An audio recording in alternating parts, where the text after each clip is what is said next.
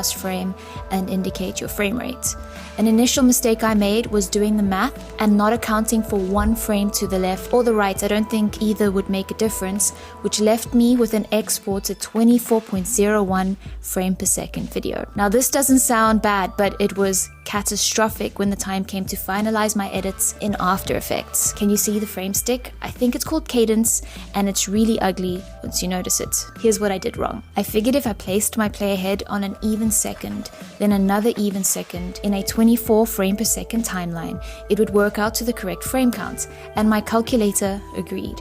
Rendering from the 4-second mark, which was frame number 96, through to frame number 1008, subtract that to give me a total of 912 seconds, which when divided by 24 gave me an even 38 seconds.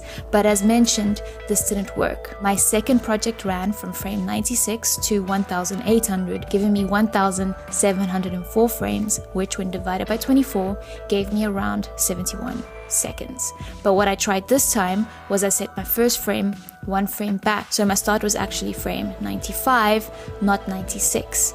Now though this doesn't work on the calculator, it does work. The only way I can think of to explain it is if you look at any timeline that runs from 0, you start at 0, not at the first unit, and that's how I came to that, and it worked. I'm not a professional animator, and this was not an intuitive step for me, so I do hope it helps some of you beginners out there and maybe saves you some time, especially when considering a half-minute 1080p project can take up a whole night to render. That's it for today, folks. If you found this helpful and feel you might be interested in more beginner animation content, please do let me know.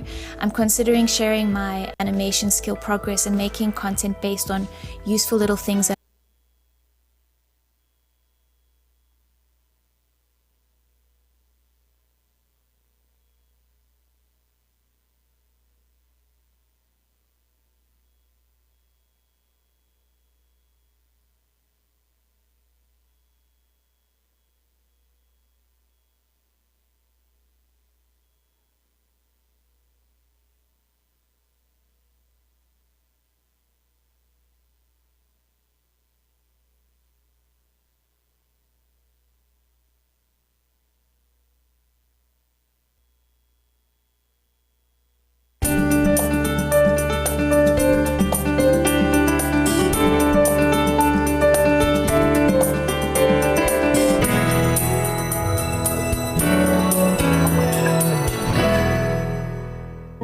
So it is vMix Tech Tips time, where we go through a topic of interest that people have been asking about. So this topic today, a lot of people have been asking about, well, how are those frame rates in vMix work? Or how do frame rates work in video? Why are there these weird frame rates? Why do I have to tick some boxes and not others for doing all this sort of stuff, particularly in the United States? So we're going to give you a quick overview of how frame rates work around the world. So there's different major frame rates. There's the two major standards back in the old analog days of PAL and NTSC.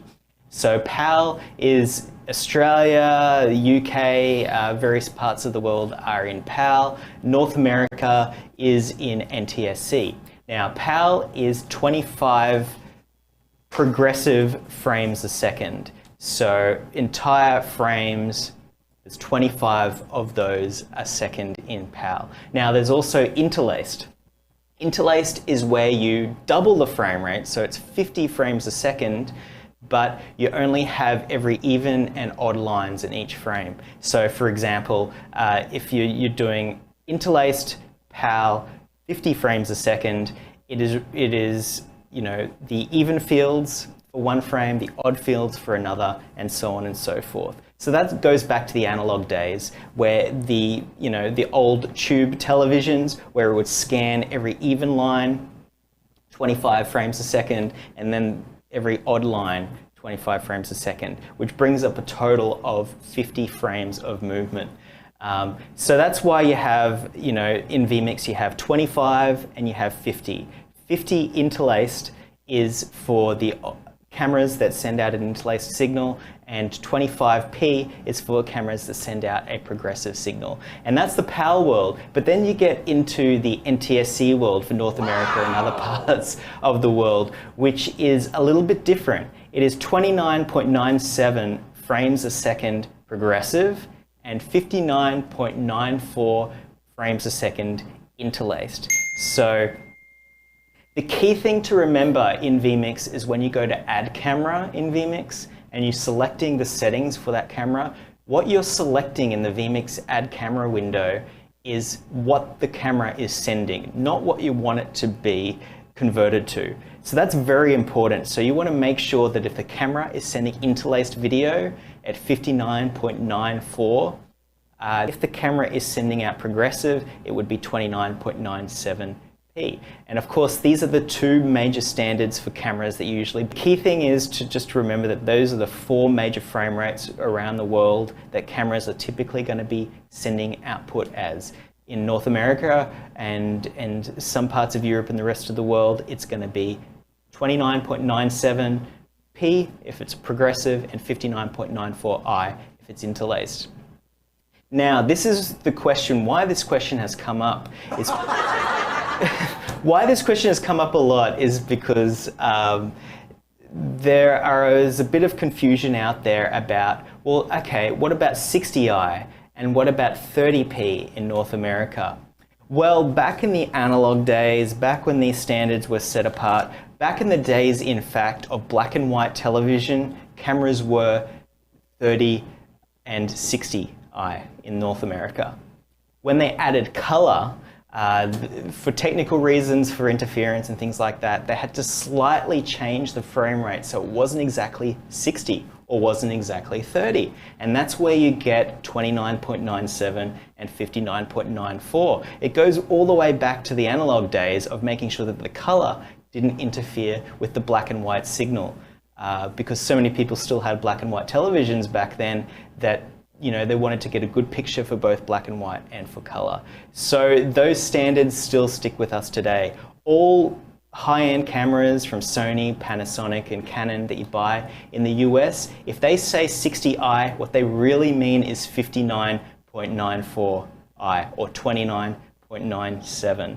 So when adding the camera to vMix, select 29.97 or 59.94. Even though it says in the camera settings and the specifications on a lot of these cameras that it says 60 or 30.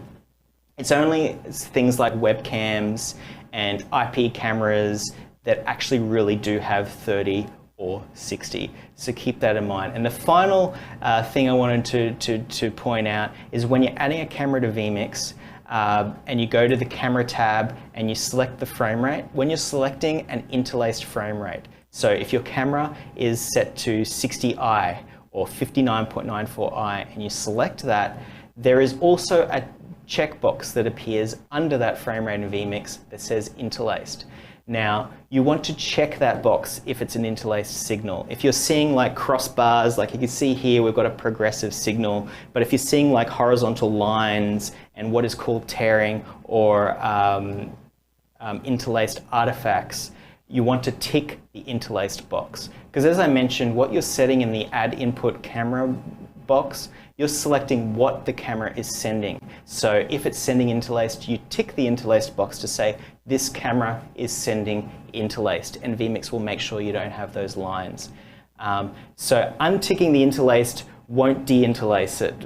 For people that are familiar with de-interlacing, you want to tick that box to tell vMix, hey, this video signal is interlaced, and then vMix will automatically handle de-interlacing if necessary. So that's the key thing. If your camera is sending interlaced, make sure you tick the interlaced box so that vMix knows that it's interlaced and it can handle it appropriately. So hopefully that's a very quick overview of how frame rates work, and particularly in North America, just that confusion. If you've got a Canon, Sony or Panasonic camera that says 60i in the settings, it's really 59.94. So I hope that helps somebody.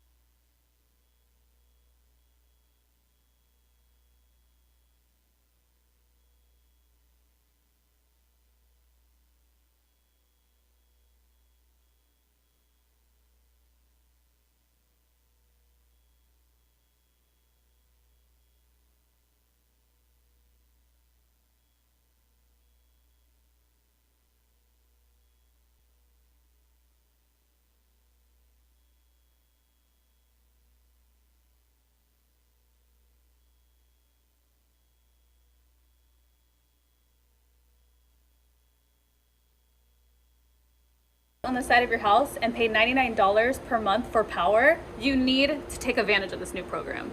The government will literally give you thousands of dollars in incentives to get you to install. What causes your stream to be glitchy and buffer? In this video, I'm going to show you how to fix some of the most common causes of buffering in your live stream. Hello, I'm Stephen Ballast. Welcome to my channel where I explore worship technology solutions. As more people are setting up video systems to live stream, I'm sure some of you are running into issues where your stream is glitchy and has to buffer. I'm going to walk you through a few steps you can take to troubleshoot these issues and get things running smoothly. First, and I can't stress this enough, you need to know what the upload speed of your internet connection is. That is the pathway that your video stream is taking to get out to the world, so it's the starting point of knowledge that you need in order to do any troubleshooting. The easiest way to measure your upload speed is on any computer. Go to speedtest.net and take a measurement. I'm on a typical cable modem right now, and my upload speed measures just about 5 megabits per second. From that number, we can determine a bit rate that your internet connection will be able to sustain. And the calculation is pretty simple. Your bit rate should be half of your upload speed. But that assumes the internet connection is dedicated to your stream. Any other devices that are consuming bandwidth on your connection will lower your maximum bit rate even more. In the case of this connection, I could stream at a maximum bit rate of 2.5 megabits per second.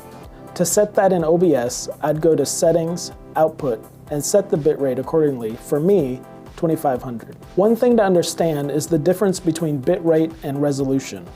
Resolution is just the size of the canvas. Bit rate is how much data you send to fill in the details.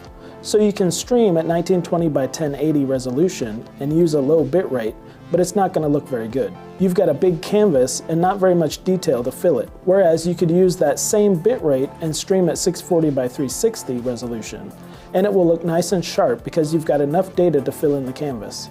It's a matter of finding a balance between the bit rate you can stream and what resolution will look good at that bit rate. The next thing to check if your stream is buffering or glitchy is if you're using Wi-Fi. Do not use Wi-Fi for your stream, period. End of story, just don't do it. While Wi-Fi may advertise high bit rates, those are theoretical peak speeds and are not sustained. Also, Wi-Fi bandwidth is shared by the devices connected to the access point, so any other devices are interfering with your stream. For streaming, you need a constant sustained throughput of data, so use a hardwired Ethernet connection. Those two things, understanding your maximum bit rate and not using Wi-Fi, usually solve 90% of people's streaming issues. If you're still having trouble, check your computer's CPU and RAM usage. I recommend using a computer with an i7 processor and at least 16 gigabytes of RAM for live streaming. If your computer's CPU or RAM are running high and causing your glitches, other than upgrading your computer, a few things you can try are, first, stream at the resolution of the incoming video.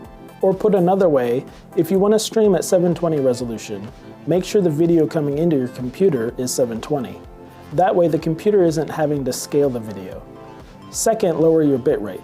Just like your internet connection has to be able to sustain the throughput of data at the bit rate you set, so does your computer. So lowering the bit rate can help your computer by giving it less data to process. Also, the computer should be dedicated to the stream. Don't try and stream from your lyrics computer or audio recording computer. Any other task is going to take the computer's attention away from the continuous stream of video data that you're asking it to process. Finally, a free tool I discovered called DPC Latency Checker will test if a Windows computer can handle real-time data streams. Basically what it does is check if any of your hardware devices or drivers are interrupting your computer long enough to cause dropouts. It's a great little tool. I'll put a link to it in the description below. It doesn't necessarily tell you what's wrong, but it does tell you if you have a problem with your computer that could be causing the dropouts in your stream. That should fix most streaming issues that people have. If you're still wondering how to just get your stream up and running, I've got a lot of other videos about setting up a stream, what camera to choose, and how to handle your audio. Be sure and check those out. I hope you'll find them useful, and if you found this video helpful, give it a thumbs up and be sure and subscribe to my channel to see more of my videos. Until next time, bye.